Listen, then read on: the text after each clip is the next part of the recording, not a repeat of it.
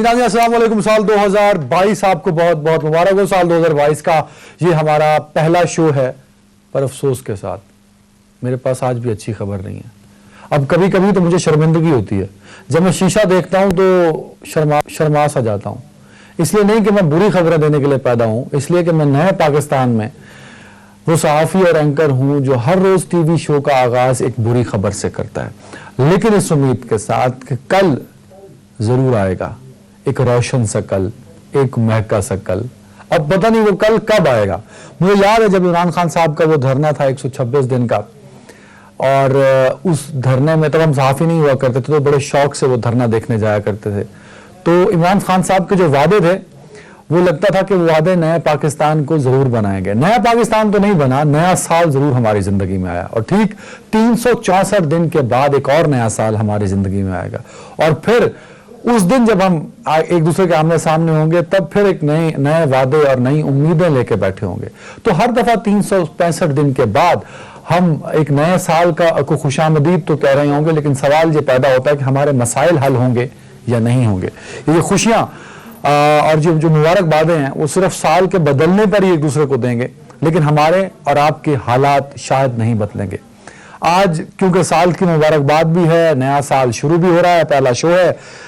महंगाई से आप और मैं बहुत तंग हैं, हम सबकी चीखें निकल चुकी हैं, लेकिन इन चीखों को मजीद दबाने के लिए मजीद महंगाई कर दी गई। एक महंगाई तो क्या, वो जो आपने देखा मिनी बजट परसों हुआ, और उसके बाद आज नए साल का तोहफा मौजूदा हुकूमत ने यह दिया कि पेट्रोल और डीजल की कीमतों में सिर्फ 4 रुपए का मजीद इजाफा कर दिया।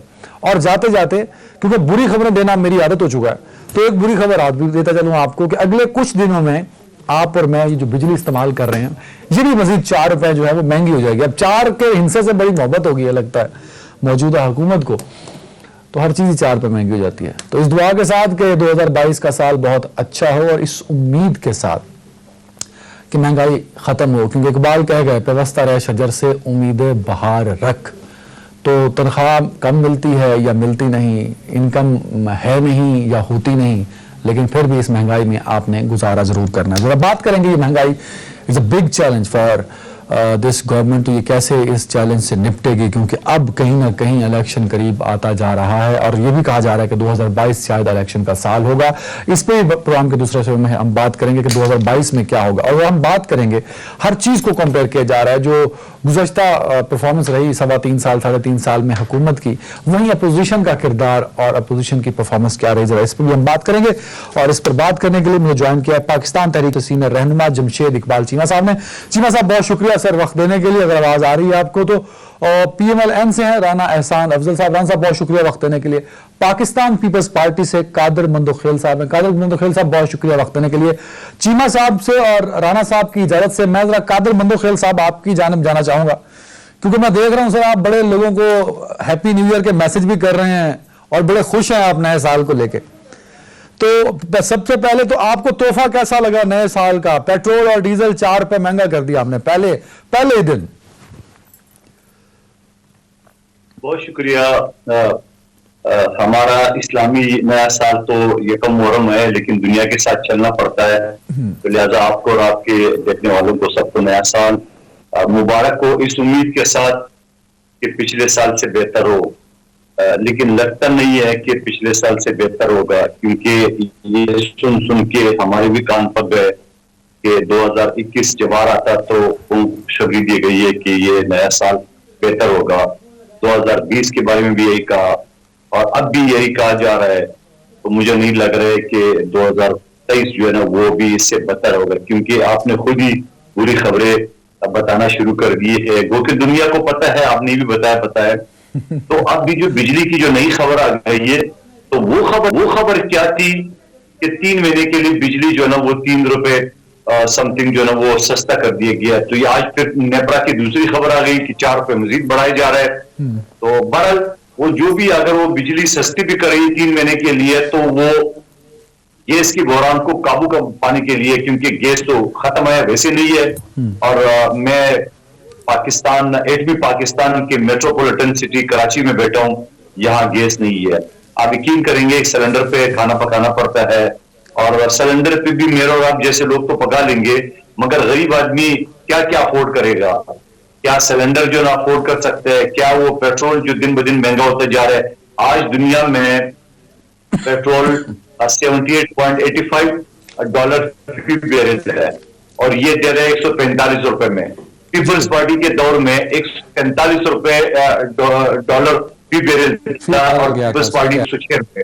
तो ये IMF के साथ तो मुआहदे जो इनके हो चुके हैं, यकीनन उस पर अमल करने के लिए एग्जैक्ट वही फिगर जो आप बता रहे हो या दूसरे लोग बता रहे हैं कि ₹4 हर महीने पेट्रोल बढ़ाने का IMF के साथ मुआहदा किया है। न जाने ये IMF हमसे क्या चाह रहा है। पूरे पाकिस्तान तो लिखवा ली है बकौल गवर्नर पंजाब के, जिसकी तरदीद भी हुकूमत ने नहीं की है। तरदीद क्या करेंगे?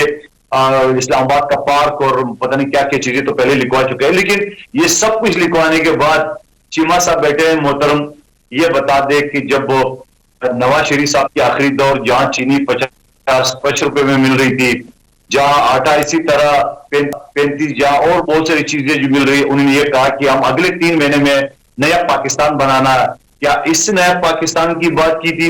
बिल्कुल ठीक है, मैं रिस्पॉन्स लेता हूं, बिल्कुल सही है। मंदोखेल साहब, जमशेद चीमा साहब, वार्म वेलकम इन शो, नया साल मुबारक हो सर। नया साल तो हर 365 दिन बाद आता है। इमरान खान साहब का वादा था नए पाकिस्तान का, वो नया पाकिस्तान कहीं गुम सा गया सर। सवाल क्या है जी? सर नया पाकिस्तान कब बनेगा? हेलो जी, सच्ची बात है, नया पाकिस्तान बनाना आसान है, लेकिन बिगड़ा हुआ पाकिस्तान सीधा करना बड़ा मुश्किल है। और स्पेशली जिन लोगों ने पाकिस्तान बिगाड़ा हो वो अचानक ही उसे डिसऑन कर दें, अचानक ही वो तनकीद करने वालों में शामिल हो जाएं। चोर जब अपना चोर का शोर मचाए फिर बड़ा अजीब लगता है। देखें, अभी बात IMF की हो रही थी, मेरे भाई कादिर मंदोखेल साहब बात कर रहे थे। कादिर मंदोखेल साहब, जो पहला $318 मिलियन का कर्जा लिया गया था, भुट्टो साहब ने लिया था। पहला बड़ा कर्जा वो था। अयूब खान ने छोटा सा कर्जा लिया था पहले, स्टैंड बाई अरेंजमेंट थी। आपने 318 बिलियन का, फिर बेनज़ीर और नवाज शरीफ साहब, इनके जो 10 साल थे 1988 से लेकर 1999 तक, इसमें 8 साल IMF के पास गए थे आप, ठीक है। और पहली बार मेजर भुट्टो साहब गए, उसके बाद ये दो अदवार थे। फिर जो सबसे बड़ा कर्जा लिया गया IMF की तारीख का, वो अपने यूसुफ गिलानी की गवर्नमेंट में लिया गया। फिर साथ इसाक डार। हमारे पास जब गवर्नमेंट आई तो हमारे $12 बिलियन की डेट सर्विसिंग है। डेट सर्विसिंग $12 अरब आप दे के जाएं किसी को, तो फिर पूछें कि ये IMF के साथ क्या हो रहा है, ये फलां के साथ क्या हो रहा है, शराइत मान क्यों रहे हैं मेरे। और दूसरी बात, आप देखें, बात बातें ना, मैं समझता हूँ कि हमें झूठ अच्छा नहीं लगता, बुरा लगता है जब किसी मुकाम पे पहुंचे। वैसे किसी को भी नहीं बोलना चाहिए, लेकिन अगर कोई बंदा किसी मुकाम पे पहुंचा हुआ, ये बात करते हैं 145 में, मैंने कई बार सुना, मतलब पीपल्स पार्टी के लोग जिनका इकोनॉमी से वो दूर दूर का वास्ता नहीं, वो आते हैं बात शुरू कर देते हैं $145 की बैरल। $145 का बैरल सिर्फ एक दिन कीमत रही थी। आपके दौर में जो कीमत रही तकरीबन $90 के लगभग, 90, 85, 90। और आपने पूरे 5 साल जो तेल बेचा वो 0.89 सेंट अपना डॉलर, 89 सेंट का आपने तेल बेचा। एवरेज तेल आपके दौर में 89 सेंट का बिका। सो सबसे महंगा तेल, ये सबसे ज्यादा टैक्सेस जो तेल पे लिए वो पीपल्स पार्टी की गवर्नमेंट ने लिए। अब पता नहीं कहाँ की बातें क्या कहाँ की हाँक देते हैं। अच्छा, एक दिन का एक रेफरेंस बना के तो आपका 145 का बैरल था, कभी नहीं था 145 का। एक दिन सर, ये तो सियासी जवाब, एक दिन, सिर्फ एक दिन। सर चीमा साहब, ये तो सियासी जवाब, सियासी वाली बात ही नहीं है। झूठ बोलना कौन सी सियासत है? झूठ बोलना कौन सी सियासत है? सच बोलना चाहिए। एक फिगर दे रहा हूं सर आपको, हमारे साहब ने जो कर्ज बताए थे असेंबली के अंदर, वो इस वक्त हैं कोई 50,000 अरब रुपए हो चुके हैं। जब नवाज शरीफ साहब की गवर्नमेंट जा रही थी तब 28 से 30,000 अरब रुपए थे। आप उसको 30 का फिक्र कर लीजिए, तो आपने तो 3-3.25 सालों में 20,000 अरब कर्ज ले लिया सर। आपने तो सबसे ज्यादा कर्ज लिया है पाकिस्तान की तारीख में, if I am not wrong sir. चलो इसको अदनान इसको दूसरी तरह इसको दूसरी तरह देखते हैं सर। जब पीपल्स पार्टी गवर्नमेंट आई तो टोटल कर्जा 6,000 रुपया था, 6,000 अरब रुपया था। जब पीपल्स पार्टी गवर्नमेंट आई तो टोटल कर्जा 6,000 अरब था। ये 6,000 अरब को इन्होंने किया 14,000 अरब, ठीक है। ये हुआ 2.5 गुना कर्जा किया 5 साल में पीपल्स पार्टी ने। अच्छा, अब उसके बाद जो 14,000 14,500 अरब कर्जा था उसको मुस्लिम लीग नून ने किया 30,000 अरब। ये 30,000 अरब का मतलब दुगना करके गए वो। तो इस तरह देखते हैं। शॉर्ट करके जाना क्या क्या मतलब फार्मूला ही रखना है। सुन लो नहीं सुनना। देखे बात क्या है, बात बेसिकली बात यह है कि आपके हिस्से में डेट सर्विसिंग कितनी आई। इस मुल्क में जो भी आएगा उसे जो कुछ मिलेगा उसे लेके चलना है, वो जीरो नहीं हो जाता। मैं यहां आ गया हूं, आप आ जाते हैं, क्या नाम है, कादर मंदूहेल आ जाते हैं, तो पिछले कर्जे इस मुल्क के जो सावरन गारंटी दी हुई वो जीरो नहीं हो गए। जो कुछ देना है किसी का देना है, जो लेना है। डेट सर्विसिंग कितनी है? सो बेसिकली मैं समझता हूं कि इस बात पे बिल्कुल पढ़े लिखे अंदाज में डिबेट होनी चाहिए कि हमारे यहां कर्जे कितने बढ़े, इनके दौर में कितने कर्जे बढ़े और किस किस ने क्या किया। बिल्कुल ठीक। मैं समझता हूं तो इस बात पे बिल्कुल डिबेट होनी चाहिए। लेकिन यह है कि जिस बंदे ने देखें 2-3 लीडरशिप आई मुस्लिम लीग पीपल्स पार्टी की 3 लीडरशिप आई। एक आए भुट्टो साहब, फिर आए बेनजीर साहब, फिर आए जरदारी साहब। तीनों अदवार में बदतरीन कर्जे जो IMF से लिए गए वो इनके दौर में लिए गए। तीनों अदवार में जो सबसे बिजली महंगी पैदा की गई नवाज शरीफ साहब और बेनजीर भुट्टो साहब के दौर में की गई। और राजा क्या नाम है यूसुफ। बिल्कुल सही सर। मैं इस पर रिस्पांस लेता हूं। नून लीग का इनपुट ले लूं मैं सर। नून लीग का मैं इसको कंटिन्यू कर रहे हैं, इसी पॉइंट को कर रहे हैं। नून लीग का मैं इनपुट सर ले लूं इस पे। राना एहसान अफजल साहब, सर क्या नए साल में कुछ हुकूमत बेहतर परफॉर्म कर पाएगी? सबसे बड़ा चैलेंज जो अवाम समझती है और जो खुद हुकूमत भी, खान साहब, इमरान खान साहब, प्राइम मिनिस्टर ऑफ पाकिस्तान अक्सर कह चुके हैं कि वाकई इस मुल्क में महंगाई है और महंगाई एक बड़ा चैलेंज है। क्या मौजूदा हुकूमत 2022 के साल में महंगाई जैसे बड़े चैलेंज से आपको लगता है कि निपट पाएगी सर? बिस्मिल्लाहिर्रहमानिर्रहीम। आपके जितने भी पब्लिक न्यूज को देखने वाले पाकिस्तानी हैं जो बैरून मुल्क और पाकिस्तान में मुकीम है, उनको नया साल बहुत बहुत मुबारक हो। देखिए, आपका जो शॉर्ट आंसर है वो मेरे ख्याल से है नहीं, क्योंकि जो मिनी बजट अभी आ रहा है उससे महंगाई कम नहीं होगी, उसमें महंगाई में मजीद इजाफा होगा। जहां हमारा फिस्कल डेफिसिट है, जो करंट अकाउंट डेफिसिट के जो इम्कानात हैं कि वो 15 अरब डॉलर को भी क्रॉस कर सकता है, तो अभी रुपए पे भी प्रेशर है। IMF की डील भी नहीं हुई। IMF क्या करता है आपके साथ, टैटफ की तलवार लटकी हुई है। तो शॉर्ट आंसर है नहीं। इतनी यहां बातें हो रही है, पता नहीं शायद PTI समझती थी कि हुकूमत चलाना बंटों का खेल है और ये आएंगे और 200 अरब जो है वो बाहर से लाना था डॉलर, इन्होंने 100 अरब खुद रखना था, 100 अरब मुंह पे मारना था, खुद खुशी करनी थी, कर्जे नहीं लेने थे। भाई हुकूमत हर हाल में जिसको हमें मिली तो बहुत बुरे हालात थे। 16 घंटे लोड शेडिंग थी, दहशतगर्दी के 2300 बम फटते थे, हमने उसको आगे मनूवर किया। PTI ने क्या किया? PTI ने हर शोबे में बदतरी लेके आए, हर शोबे में। आप रेलवे, PIA, स्टील मिल्स, फिर जो इनके वादे थे वो सारे झूठे साबित हुए। फिर ऊपर से महंगाई जो थी वो पूरे दुनिया में हुआ। मान लिया दुनिया में हुई महंगाई, आपकी दुगनी हुई। क्यों दुगनी हुई? क्योंकि डॉलर जो है वो 18 रुपया आपने 18 से 20% डिवैल्यू कर दिया पिछले चंद महीनों के अंदर। इसी तरह आप जो चीनी, आटा, जो दालें थी जो पाकिस्तान में बनती थी वो आपने इंपोर्ट करना शुरू कर दी।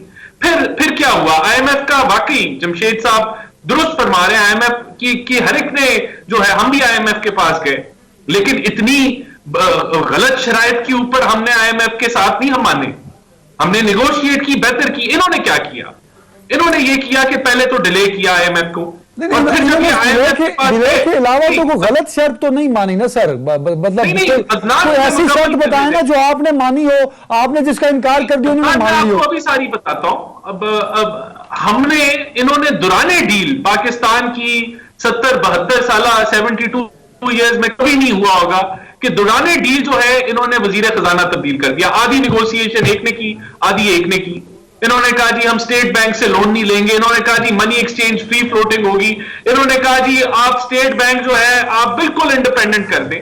तो ये शराइत पहले कभी नहीं मानी गई जो इन्होंने यहां मानी, और आज फिर इनकी क्लब इसको करें आप फॉरेन पॉलिसी के साथ, जो कि एक फेलियर रहा इस हुकूमत की फॉरेन पॉलिसी की। अभी तो ये जो मर्जी दास्तान जो है वो सुनाते रहे अवाम को, लेकिन जब इनकी हुकूमत जाएगी तो लोगों को फिर से ही तबसरे होंगे कि कितनी इनकी जवाल पजीर हुई फॉरेन पॉलिसी, चाहे वो अमेरिका के साथ रिलेशनिंग हो, चाहे वो चाइना के साथ रिलेशनिंग हो, चाहे वो सऊदिया के साथ रिलेशनिंग हो, किस तरह के ऊपर पॉलिसी से डिफरेंट टॉपिक, वो आज का है नहीं, उस पर डिबेट हो सकती है। मैं आपको ये बता रहा हूं, पॉइंट क्लियर कर देना, मतलब ये बड़ी इंपॉर्टेंट बात आपने की कि आईएमएफ से ऐसे शराइत मान लिए जो कि नहीं मानने चाहिए, तो वो क्या शराइत है सर, ताकि पता लगे कौम को? सर देखिए, स्टेट बैंक को उन्होंने एक और रियासत बना दिया है, आईएमएफ के कब्जे में कर दिया है। ये तो हमारे अल्फाज नहीं है, तो इनके गवर्नर के अल्फाज हैं। जो पंजाब के गवर्नर हैं वो आज भी दुनिया भर में राणा साहब, दुनिया भर में सेंट्रल बैंक जो है वो इंडिपेंडेंट होता है। ये पाकिस्तान में ट्रेंड था, तो अगर ऑटोनोमस बॉडी बन रहा है तो इस आपको तो अप्रिशिएट करना चाहिए इस बात को। सर कहीं इस तरह आपकी डेवलपिंग इमर्जिंग मार्केट्स के अंदर इतनी इंडिपेंडेंस आप देंगे, जहां एक साल के अंदर, अगर मैं सिर्फ आपको पिछले साल की बात बताऊं तो पिछले साल में ये तबले बजा रहे थे कि करंट अकाउंट डेफिसिट सरप्लस है। आज पिछले 5 महीने के अंदर $7 अरब का करंट अकाउंट डेफिसिट है। ऐसा किसी मुल्क में नहीं होता जो इसमें हुआ। इसमें 7% सूद की शरह थी, अभी 9.75% के ऊपर सूद की शरह है। यहां रुपया जो है वो 18% डीवैल्यू हो गया, महंगाई 21% है। पॉइंट यह है कि महंगाई कंट्रोल नहीं कर पाएगी, आजाद करेंगे। सर बिल्कुल ठीक है, मैं आपको बताऊं अदनान सर, लंबा हो जाएगा। आखिरी पॉइंट सर इस वक्त पिछले 3-4 हफ्तों से स्टेट बैंक मार्केट में इंटरवेंशन कर रहा है डॉलर को संभालने के लिए। ये इंटरवेंशन खत्म हो जाएगी जो ये चाह रहे हैं, फिर क्या होगा? फिर डॉलर 200 क्रॉस कर जाएगा। क्या होगा फिर उससे? आम आदमी का क्या होगा? सर मुख्तसर ये कि महंगाई कंट्रोल नहीं कर पाएगी ये गवर्नमेंट। बिल्कुल ठीक है। कादर मंदो खैर मिनी बजट में सर मैं आता हूं। कादर साहब जरा स्पेसिफिक लग रहा आंसर दे दें कि आप कहते हैं कि इन लोगों ने कर्ज लिया, लेकिन यह बात भी तो दुरुस्त है सर, इससे पहले की हुकूमतों ने भी कर्ज लिया। वो पीपल्स पार्टी की गवर्नमेंट थी, वो काफ लीग की रही, वो ज़िया साहब आए, मुशर्रफ साहब रहे, नवाज शरीफ साहब रहे। तो अगर सोलली रिस्पॉन्सिबल करार दे दिया जाए पीटीआई को कि अगर आज माशी हालात बुरे हैं तो उसमें सिर्फ रिस्पॉन्सिबल इमरान खान साहब हैं, तो सर ये भी तो ज्यादती है, एक फेयर आर्गुमेंट नहीं है अपोजिशन की जानिब से। कादिर साहब देखिए, वो कहता है ना थूक के चाटना। हमने कभी ये नहीं कहा कि आईएमएफ से कर्ज क्यों लिए।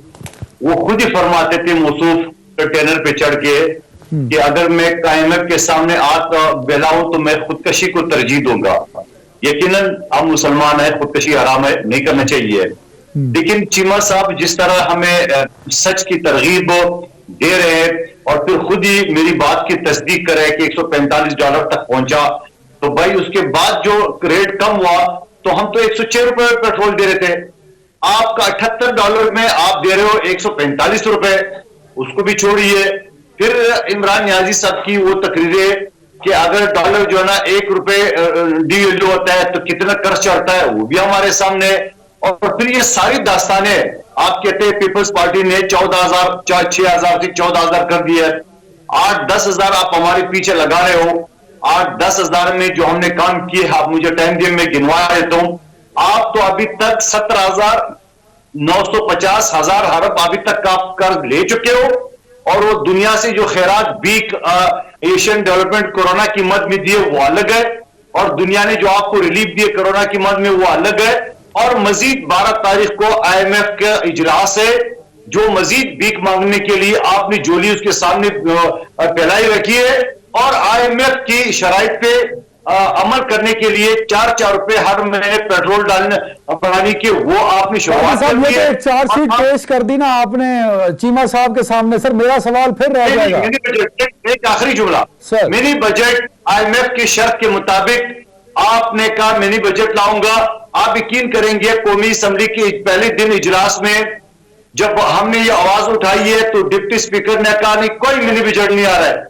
और 24 घंटे के बाद असद कैसर के सरबराही में वो मिनी बजट आया। और उस मिनी बजट में जो ये अदाद शुमार बता रहे हैं, ये तफसील में आपको बता रहा हूं, 1,000 अरब के ये मजीद जो है ना अवाम के ऊपर बोझ डाल रहे हैं। और पता क्या कहते हैं, 350 अरब बनते हैं सर, 350 अरब।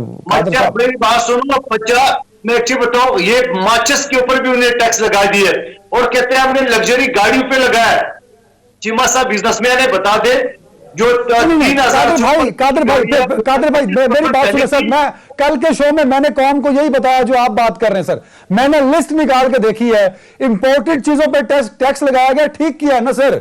इंपोर्टेड चीजें क्यों यूज करता है ये मुल्क सर? ये बड़ा अच्छा काम किया अगर इंपोर्टेड चीजों पे लगा दिया। आप कौम को लिस्ट बताएं कि जिसपे गलत टैक्स लगा और कौम को नहीं देना चाहिए था। 17% जीएसटी है, कौम को बताइए कि यार इस चीज पे गलत जीएसटी लगा सर। अच्छा, एक जुमला तो कहने दो। नहीं सर, आप दो इंपोर्टेड गाड़ियों पे उन्होंने टैक्स का जो आया था शेड्यूल, पहले 25% था, अब उसने 5% बढ़ा के 30 कर दिया है। ये 3,000 सीसी से ऊपर की गाड़ियों की बात करो, और जो 1,000 सीसी है पहले 5% है, उन्हें डबल करके 10% कर दिया। तो अच्छा है ना, गाड़ियों पे टैक्स, जिसने गाड़ी चलानी है वो टैक्स दे ताकि कौम अमीर हो, बजट अच्छा हो, हमारा खजाना भरे सर। तो आप के ऊपर जो 1,000% लगा ले, आपने 1,000 सीसी के ऊपर डबल कर दिए और 3,000 सीसी पे आपने 5% बढ़ा दिए। फिर माचिस का कोसा है, फिर दवाइयों के ऊपर जो टैक्स है वो कहां से, और फिर ये कहते हैं अभी इनके रहमान साहब बैठे हुए थे, वो कह रहे 20 से 15% दवाइयों की रेट कम हो गई। तो भाई आपकी क्यानी साहब के दौर में जो आपने 700% बढ़ाई है, उस पर क्या करूंगा। बात यह है कि इनके एक बात हो तो आवाम को जवाब दे। ये 3.5 साल में जिस तरह एक जो ये सुनामी कहते थे, सुनामी की शक्ल में तबाही जो लेके आया 3.5 साल में, ये पाकिस्तानी आवाम की ये इन्होंने कान उतार दिए, ना जाने अभी हड्डियां मसल करके क्या करना। चीमा साहब, how you respond to the opposition sir? इतने टैक्सेस की एक लंबी लाइन है और अवाम ऑलरेडी परेशान थी सर। पेट्रोल डीजल साल के पहले दिन में महंगा कर दिया, साल खत्म हो रहा है, जाते जाते फाइनेंस बिल ऐसा दिया जिसमें एक लंबी लिस्ट है टैक्सेस की। अपोजिशन तो सही सर इस पे एहतजाज भी कर रही है और तहफुजात का इजहार। अच्छा, मैं इसमें दो बातें करूंगा। एक तो मैं कमेंट है, मैं देखें मंदो हेल साहब जो है बड़े अच्छे वकील हैं, मैंने इनकी बहस सुनी है, बड़े लायक वकील हैं, फिर इलेक्टेड आदमी हैं। लेकिन देखें वो आप कह लें कि बड़ी लॉ की ये जनरल बातें करते हैं। थोड़ा सा अगर इकानमी की बात कर रही हो तो थोड़ा मैं समझता हूँ कि वो ज़्यादा बेहतर हो कि इकानमी से रिलेटेड को बंदा या इकनॉमिक से रिलेटेड बंदा वो थोड़ा ज़्यादा बेहतर होता है। वो एक मतलब मैं समझ बहस जो है वो एक दायरे में रहती है, दायरे से बाहर नहीं निकलती। ये स्पीचेस सुनाने लग जाते हैं। भाई मैं आपको पूछता हूँ कि आप मज़ारे को 12.5 एकड़ जमीन देनी थी, कहाँ गई आपकी? आपने किसान को खुशहाल करना था, आपने लोगों को नौकरियां देनी थी, आपने मतलब तकरीरें सुनाने का क्या मतलब है? बात तो बेसिकली ये है कि एप्पल वर्सेस एप्पल, ये जो सवाल है उसका जवाब दिया जाए। मैं कह रहा था कि इन्होंने 2.5 गुना कर्जा कर दिया। देखिए मेरा एक सवाल है सिंपल, कि आप अभी IMF की तारीख निकाल लें, IMF से कर्जा कब लिया गया है? जितना कर्जा लिया गया उसमें सबसे बड़ा जो कल्प्रेट है वो IMF के हवाले से बात करूंगा, वो पीपल्स पार्टी है। दूसरा अगर देखें कर्जों की बात तो पहले कर्जे के हवाले से थोड़ा देख लें। कर्जा नंबर आप करें अपना वर्ल्ड बैंक, ADB और IMF, इन तीनों का मिला के जो कर्जा है ये 52% है। बाकी पेरिस क्लब और दूसरे जो अपना अदारे हैं उनका मिलाएंगे को 48% कर्जा वो है। इसमें IMF का कर्जा टोटल 5-7% है। यहाँ बातें सारी IMF की हो रही हैं, यहाँ IMF के कर्जे की सारी बात हो रही है। IMF का कर्जा जो है आपके 117 बिलियन रुपए में से IMF का कर्जा जो है वो तो 5-6 अरब डॉलर है। बाकी आपका 112 अरब डॉलर किसका है? वो पेरिस क्लब का है, वो आपका ADB अपना एशियन डेवलपमेंट बैंक का है, इस्लामिक डेवलपमेंट बैंक का है, आपका वर्ल्ड बैंक का है, बाकी अदारों का है। कता कलामी की माफी। अच्छा, टैक्सेस इंपोज हो सर, ये बात तो उनकी ठीक है। अदरान एक मिनट सुन लेना जरा मैं। अच्छा, IMF की बात क्यों होती है? IMF के कर्जे की बात क्यों? बेसिक बात है कि जिस कर्जे की तो टोटल मिकदार 5 या 6 या 7% है, उसकी बात क्यों इतनी होती है? पाकिस्तान में ऐसा लगता है जैसे यहाँ पे जो विलन है वो IMF है। विलन IMF नहीं है। बेसिकली IMF की बात इसलिए होती है जिसका 5% कर्जा और बात उसकी 95% होती है। बुनियादी वजह यह है IMF आपको बार बार एक चीज डिक्टेट करता है कि आपने फाइनेंशियल डिसिप्लिन लेके आना है। फाइनेंशियल डिसिप्लिन की ये आपने इतने टैक्सेस लेके आने हैं लेने हैं, या आपने इतना आपने टैक्स जनरेट करना है, ये आपने इकोनॉमी के साथ करना है, इस तरह नोट नहीं छापने वगैरह वगैरह वगैरह वगैरह। वो फाइनेंशियल डिसिप्लिन की बात करता है। फाइनेंशियल डिसिप्लिन अभी बात हो रही है स्टेट बैंक की सॉवरेनिटी की या उसकी इंडिपेंडेंस की। ये बात जो है ये तो 90s में इन्होंने तय की थी कि होना चाहिए, हम करेंगे, नहीं किया। मैं समझता हूं कि स्टेट बैंक को ये इजाजत नहीं होनी चाहिए कि वजीर आजम या वजीर खजाना के कहने पे वो नोट छापे। इसहाक डार साहब ने अपने स्टेट बैंक में वो बंदे लगाए जो इनके साथ पार्टनर इन क्राइम थे। अगर स्टेट बैंक आजाद होता तो कभी यहां पे आप कह लें कि सईद खान जैसे बंदे नेशनल बैंक के प्रेसिडेंट न बनते, जो क्रिमिनल था जिसको सजा हुई सऊदी अरेबिया में, और कभी इस तरह के क्रिमिनल लोग जो हैं वो आप कह लें स्टेट बैंक में जाके डिप्टी गवर्नर के दूसरे लोग ना बनते। ये जो आप सबसे बड़ा फाइनेंशियल मैनेजमेंट का जो अदारा है आपका स्टेट बैंक, उसको इंडिपेंडेंट होना चाहिए। आपने आज तक तय कर करके उसकी शर्त नहीं मानी, और यहां पे इस पे सियासत हो रही है कि जनाब उसको इंडिपेंडेंट किया जा रहा है। उसको इंडिपेंडेंट होना चाहिए। और आईएमएफ का जिक्र ही इसलिए करते हैं कि वो फाइनेंशियल डिसिप्लिन मांगता है। सर फाइनेंशियल डिसिप्लिन तो यहां पे लाना चाहिए कि हम अपने क्लियर कर देना सर। वो जो 5%, अच्छा आपने बड़ा सही फिगर दिया है। ये पीटीआई के हमारे पास जो एक्सपर्ट बैठते हैं फाइनेंस वाले, उनको ही बताएंगे। चीमा साहब ने जो आज आर्गुमेंट किया है, इट्स वेरी वैलिड। अगर आईएमएफ का इतना ही कम शेयर है, 5 से 6-7% जो बनता है, उस 7% की खातिर आपकी गवर्नमेंट ने इस कौम को सर टैक्सेस की चक्की तले पीस के रख दिया है। आपने टैक्स जो पे कर रहे हैं, टैक्स पेयर्स का नंबर नहीं बढ़ाया सर। आपने जो टैक्स दे रहा है उस पर मजीद टैक्स लगा दिया। तो ये जो कंफ्यूजन है छोटी सी, ये दूर कर दें। राणा साहब और बंदोखेल साहब के पास आर्गुमेंट ही नहीं रहेगा सर। बेसिक बात है कि टैक्स जनरेट करना वो आपकी अपनी जरूरत है। टैक्स आपने जितने भी पैदा करने हैं, टैक्स लेने हैं, वो आपके पास ही रहने हैं। आपका फाइनेंशियल लॉस कम हो जाएगा, आपके पास फाइनेंशियल स्पेस बन जाएगी। दूसरा इसको इंडिपेंडेंट करना, क्या नाम है इसको, स्टेट बैंक को, ये आपकी अपनी जरूरत है। तीसरा ये कि दुनिया में जिस चीज को वैलिडेट कर देता है आईएमएफ, उसकी दुनिया में क्रेडिबिलिटी बन जाती है। आपके सारे डोनर आपके पास आते ही तब हैं जब आपको आप थ्रू करते हैं आईएमएफ के साथ। बेसिक जो बात है क्रेडिबिलिटी बढ़ती है इससे। हाँ, अपोजिशन क्रेडिबिलिटी के लिए आपको जाना। की परफॉर्मेंस क्या थी ब्रेक के बाद?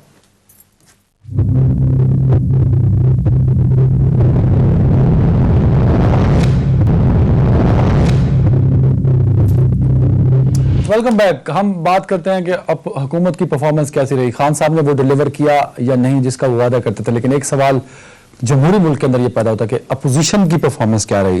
राणा साहब, मेरा सवाल आपसे ये है कि मैं थोड़ी देर के लिए फर्ज करता हूं कि खान साहब की परफॉर्मेंस बहुत बुरी है, मौजूदा हुकूमत डिलीवरी नहीं कर पा रही, खान साहब की टीम नाअहल टीम होगी, इन्होंने एक और मिनी बजट की सूरत में आवाम के ऊपर एक अजाब नाजिल फरमा दिया है, तो अपोजिशन कहां खड़ी है सर? आपके ने क्या पॉलिसी बनाई है इस मिनी बजट को, जिसको आप मिनी बजट कह रहे हैं, इस फाइनेंस बिल को रोकने के लिए, या अपोजिशन का क्या रोल हो सकता है to counter this bill sir? मैं समझता हूं कि मुझे ईवीएम की आपको मिसाल देनी होगी। ईवीएम का जब बिल था तो उस वक्त ना एमक्यूएम इनके साथ थी, ना पीएमएलक्यू इनके साथ थी, और उनको सख्त इतराजात थे ईवीएम के बिल के ऊपर, और उन्होंने कहा कि हम इसको सपोर्ट नहीं करेंगे, और हमारी भी उनसे जो है वो राब्ते थे। लेकिन आखिरी दिन वो सब जो है वो लाइन पे खड़े हो गए और उन्होंने सिंगल वन पेज पे आ गए और वोट डाला। तो बस बदकिस्मती से वो जो पुरस्कार कॉलें आई, उन्होंने उनको मजबूर कर दिया कि वो जो है वो वोट डाल लें। तो यहां ऑपोजिशन जो है, ऑपोजिशन का रोल जो है वो है कि हुकूमत को एक्सपोज करे, और हमने इनको एक्सपोज किया। 3.25 सालों में हमने इनकी हर वो जो झूठा वादा था इनका, वो हमने एक्सपोज किया, इनकी हर नाअहली को एक्सपोज किया, और अवाम को हमने असल बात बताई, और उसके नतीजे में अल्हम्दुलिल्लाह हम जिमनी इलेक्शंस पे पीटीआई का हमने खात्मा, चाहे वो केपीके हो, चाहे वो बलूचिस्तान हो, चाहे वो सिंध हो, चाहे वो पंजाब हो। तो मैं समझता हूं कि ऑपोजिशन की परफॉर्मेंस जो है वो बिल्कुल ठीक जा रही है। ऑपोजिशन जो पॉलिटिकल स्पेस उसको अवेलेबल है उसके अंदर वो किरदार अदा कर रही है। और तीसरी जो सबसे बड़ी चीज है इस ऑपोजिशन की, जो ये पिछले 3.25 सालों में है, कि वो किसी के इशारे का या उंगली उठने का इंतजार नहीं कर रही। वो किसी के साथ पिछले खाते में खोल के कोई जो है वो बात नहीं कर रही। वो अपने जो प्रिंसिपल स्टैंस है उस पर खड़ी हुई है कि अब जो इस मुल्क का अगर फ्यूचर है वो तो हाइब्रिड निजाम में नहीं है।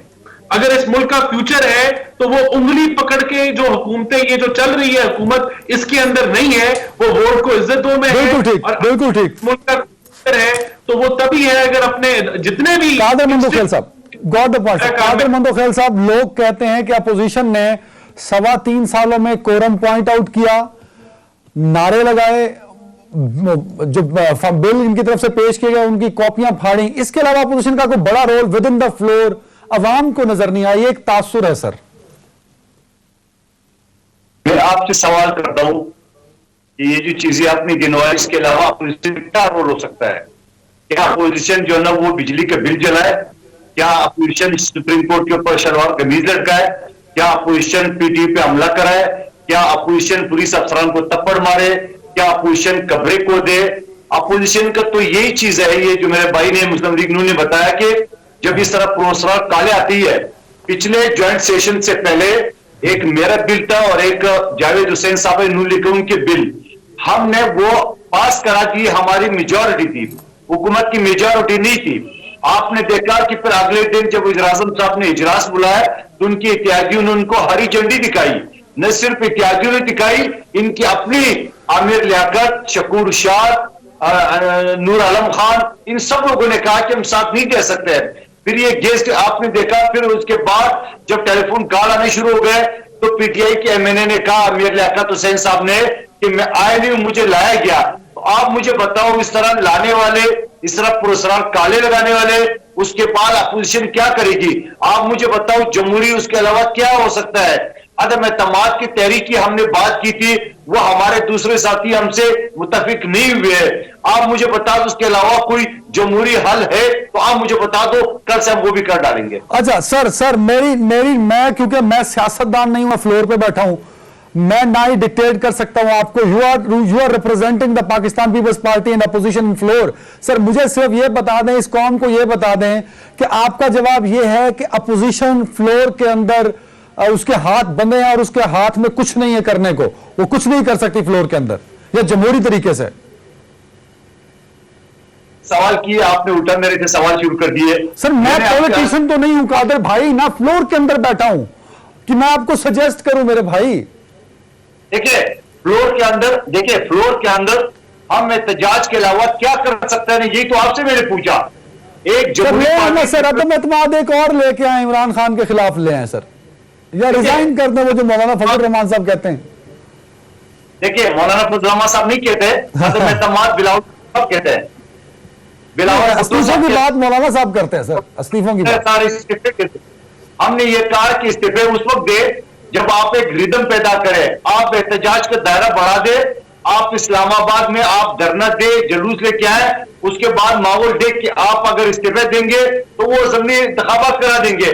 तो वो क्योंकि मौलाना साहब की इतनी तादाद नहीं, हमारे पास सिंध हुकूमत है, हमारे पास 56 एमएनए है, नून लीग के पास 82 एमएनए है, तो इस वजह से नून लीग के याद हो 2 इस्तीफे गलती से चले गए स्पीकर के पास और वो वापस लिए, और इस तरह उनके लोग टूट भी सकते हैं। मैं ज्यादा इल्जाम नहीं दूंगा, क्योंकि जिस तरह पंजाब हुकूमत में ये लाठी और बंदूक की सियासत चला रहा है, इस लिहाज से मैं समझ रहा हूं मैं समझ रहा हूं किस हवाले से इस हुकूमत का, आप देख रहे जिस तरह वो नेब गर्दी करे, जिस तरह नेब के चेयरमैन की बिल्कुल ठीक एकमेल कर रहे।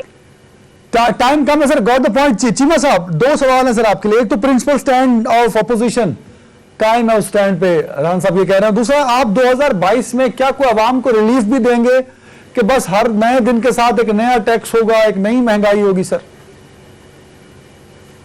मुझे 2 बातें पॉइंट आउट करनी है। एक तो कादर मंदोखेल साहब ने बताया कि हम चाहते हैं कि ये नो कॉन्फिडेंस मोशन लेके आएँ और मुस्लिम लीग नून लाती नहीं है, शायद ये किसी कंप्रोमाइज्ड हैं, ये इनको फोन नहीं आया किसी का, ये कोई इशारा नहीं मिला, ये अंपायर की उंगली नहीं खड़ी इसलिए नहीं कर रहे, वो इन पे इल्ज़ाम लगा रहे हैं। और दूसरी बात उन्होंने जो की, उन्होंने कहा जी हमारा स्टैंड बड़ा प्रिंसिपल्ड है, हम तो आप कह लें कि गवर्नमेंट जो है ये रेफरी की तरफ देखती है, अंपायर की तरफ देखती है, हम नहीं देखते। देखें सवाल ये है कि हमारा तो स्टांस बड़ा सीधा सीधा है कि हम समझते हैं कि इस मुल्क में हर अदारे का अपना रोल है और हम अदारों के रोल को मानते हैं, उनकी इज्जत करते हैं, उनको साथ लेके चलते हैं। कुछ शिकायत भी हो तो फिर भी एक दायरे में रह के बात करते हैं। मियां नवाज शरीफ साहब जो ताहयात कायद हैं, उन्होंने लंदन में बैठ के गुजरांवाला जलसा में जो कुछ किया, जर्नैलों के नाम लिए, जिस तरह मतलब इस तरह पाकिस्तान की तारीख में कभी इस तरह नहीं हुआ, इतना बुरा एक्ट कभी किसी ने नहीं किया। फिर उन्हीं मियाँ साहब ने फ़ोन किया अपने लोगों को कि जाके 176 वोट हमारे थे जो हमने दिए जनाब एक्सटेंशन के लिए, बाकी सारे वोट मुस्लिम लीग नून ने दिए। किस प्रिंसिपल स्टैंड के तहत दिए, कौन से वोट को इज्जत देने के लिए दिए? भाई आप इतने गए गुजरे लोग हो, इतने डरने वाले लोग हो, इतने कंप्रोमाइज्ड लोग हो, या इतने मुनाफिक लोग हो कि आप बाहर जलसे में कुछ और बात करते हो, लोगों को और करते हो, अपने बच्चों को बाहर ले जाते हो, लोगों के बच्चों को कहते हो आर्मी के गले पड़ जाओ, ठीक है, आप कहते हो जनाब तोड़ दो, फोड़ दो, हमला कर दो, करना पड़ेगा, मारना पड़ेगा, मरना पड़ेगा, अपनी सारी जायदादें, सारे बच्चे और खुद भी, एक दिन आप जेल में नहीं रह सकते, भाग जाते हो।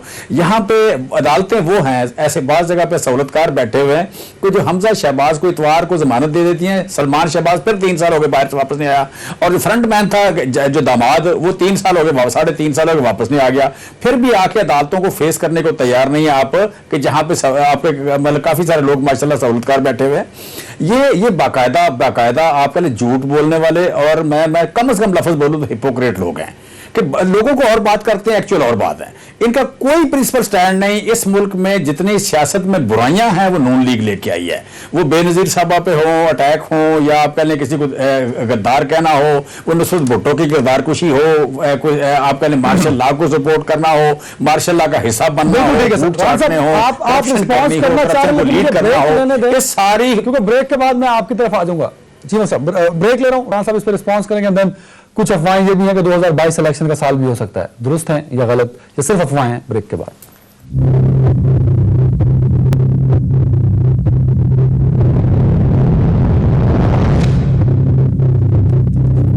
राना एहसान साहब, वेलकम बैक सर। आज तो आप अगर कमेंट करना चाहें चीमा साहब के पॉइंट ऑफ व्यू पे जरा कर लीजिएगा, और साथ में एक सवाल जो तीनों मेरे मुअज़्ज़िज़ मेहमानों से है, जो सोशल मीडिया पे और वैसे तासुर दिया जा रहा है कि 2022 इलेक्शन का साल हो सकता है। राना साहब, आपके ख्याल में ये मुमकिन है कि नहीं सर? आपको मुख्तसरन बताना चाहूंगा कि क्यों 2022 जो है इलेक्शन का साल होगा। देखें, जितने भी ज़िमनी इलेक्शन हुए उनमें पीटीआई को रद्द कर दिया गया, 4 वजीर खजाना, 7 एफबीआर के चेयरमैन और 6 फाइनेंस सेक्रेटरी, और बाकी वज़रा की तब्दीलो शफल और सेक्रेटरीज की वो तो आप छोड़ दें। यानी कि उसका रिजल्ट क्या निकला? रिजल्ट ये है कि बदतरीन महंगाई है, इकोनॉमिक कोई डायरेक्शन नहीं है, हमें नहीं पता कि डॉलर कहां रुकना है, सूद की शरह किधर रुकनी है, मुल्क किधर जा रहा है, मुल्क नहीं चल रहा मुल्क। तो अगर इनका मकसद सिर्फ हुकूमत पूरी करना है और मुल्क को कोई फायदा नहीं पहुंचता, तो वो हुकूमत नहीं चलेगी। दूसरा, जो आखिरी बात, ईवीएम के ऊपर इनको इंजेक्शन लगाया गया, वो जो 33 बिल इन्होंने पास किए, तो पास कराए गए, ये हुकूमत अहलियत नहीं रखती थी पास कराने के लिए, तो कितने और इंजेक्शन लगेंगे और किस लिए? मुल्क की बेहतरी तो हो नहीं रही, तो ये इंजेक्शन नहीं लगेंगे, ये साखियां नहीं दी जाएंगी, और अगर दी जाएंगी तो सब जिम्मेदार होंगे। ये हुकूमत फ्लॉप हो गई है। ये हुकूमत अपना जितना टाइम इनको मिलेगा ये मुल्क के लिए दवाई के बनाने में लगे जाएंगे। Foreign policy failure, economic policy failure, किसी किस्म की डिलीवरी नहीं की, कहीं बेहतरी नहीं आई। आपके ख्याल में कब इलेक्शन का ऑप्शन हो सकता है सर? कादर मंदोखेल साहब, देखिए, अभी पिछले हफ्ते फैसलवाड़ा वाले केस में मैं एक ऑफिसर से मेरी बात हो रही थी, उसका नाम बताना मुनासिब नहीं है, तो मैंने कहा ईवीएम तो कानून बन गया, आप क्या करेंगे? मैं उस कमेटी का भी हिस्सा हूं, पार्लियामेंट्री अफेयर्स का। तो उन्होंने बताया कि हमने हुकूमत से ये कहा कि इस्लामाबाद में जो इलेक्शन हो रहा है उसके लिए आप हमें मशीनें दे। तो हुकूमत ने कहा हमारे पास पैसे नहीं है। हमने कहा भाई ये जो मशीनें आप देंगे उसके साथ हमें वेयर हाउस वो भी दे दे, वो भी नहीं है। यानी एक इस्लामाबाद जैसे छोटे से शहर के लिए इनके पास पैसे नहीं है। ये पूरा पाकिस्तान और पंजाब में इलेक्शन कहां से कराएंगे? 1 लाख पोलिंग स्टेशन पूरा पाकिस्तान में, इलेक्शन कमीशन का फिगर है, 1 लाख में हर पोलिंग स्टेशन में 3 या 4 या 5 पोलिंग बूथ है। तो इसका मतलब 4-5 लाख मशीनें plus extra plus workers plus पैसे, यानी एक अफरा तफरी में ये मशीन का बिल पास तो करा लिया है, मगर बात वही है, जा नमाज पे खड़ा तो घर देखो, ये नमाज कौन पढ़ाएगा? ये बिल्कुल नहीं चलने वाला है। लेकिन ये ज्यादा दूर न जाए, 12 जनवरी को IMF का एग्जीक्यूटिव बोर्ड का मीटिंग है, इसमें इनको पता चल जाएगा। अभी जो बिल ने ज़मीनी बजट लाया उसके लिए 14 दिन दरकार है। चीमा साहब कहते हैं ना कानून की बातें करें, मईशत के ना करें, तो कानून की बातें चीमा साहब सुन ले, 14 दिन दरकार है। 14 दिन पूरा होता है 12 तारीख के बाद। तो IMF इनको हरी झंडी दिखा देंगे, या ना जाने क्या करके वज़ीर आज़म को गिरवी रखवाएंगे, या सदर पाकिस्तान को गिरवी रखाएंगे। पूरे पाकिस्तान तो गिरवी रुका दिए। इनसे ये मैशियत नहीं चलना है, इनसे ये मुल्क नहीं छोड़ना है।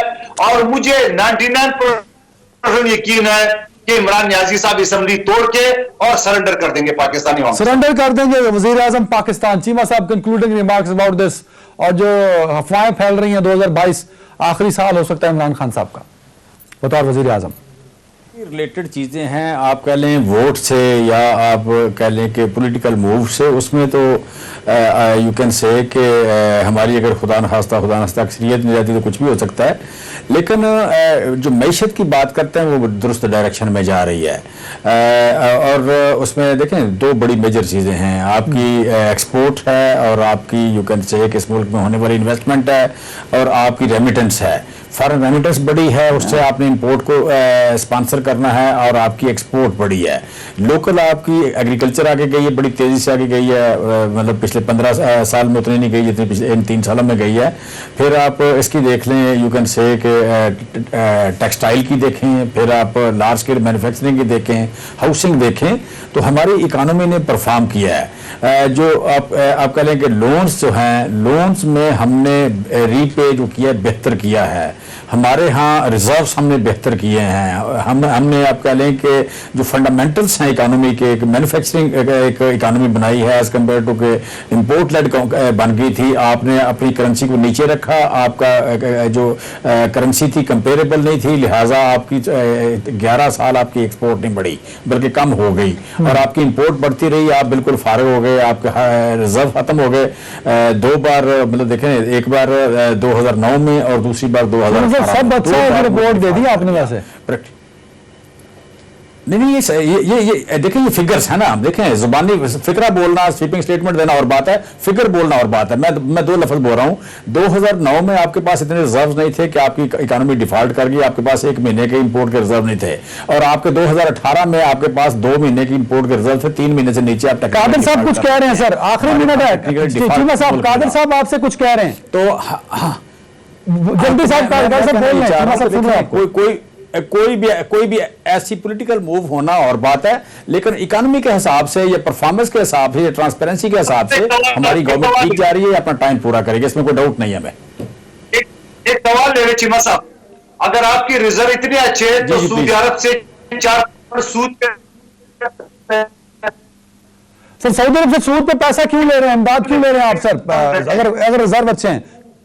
मंदो खेल साहब कह रहे हैं, जल्दी से सर। देखें, आपका ये बात बिल्कुल ठीक कर रहे हैं वो, लेकिन क्वेश्चन ये है कि आपका डेट रीपेमेंट है। आप गौर करें कि हमने जो डेट वापस पे किया है और जो लिया है, हमारा नेट जो डेट बढ़ रहा है वो कम बढ़ रहा है as compare to Muslim League Noon. हमारा 3 साल में $9 अरब बढ़ा है, उनका $15 अरब बढ़ा, वो $5.5 अरब ले रहे थे सालाना, हम ले रहे हैं $3 अरब। राणा साहब 30 सेकंड दे रहा हूं, 30 सेकंड और दे दो राणा साहब को, दो राणा साहब को 30 सेकंड और उठाना है। एहसान साहब,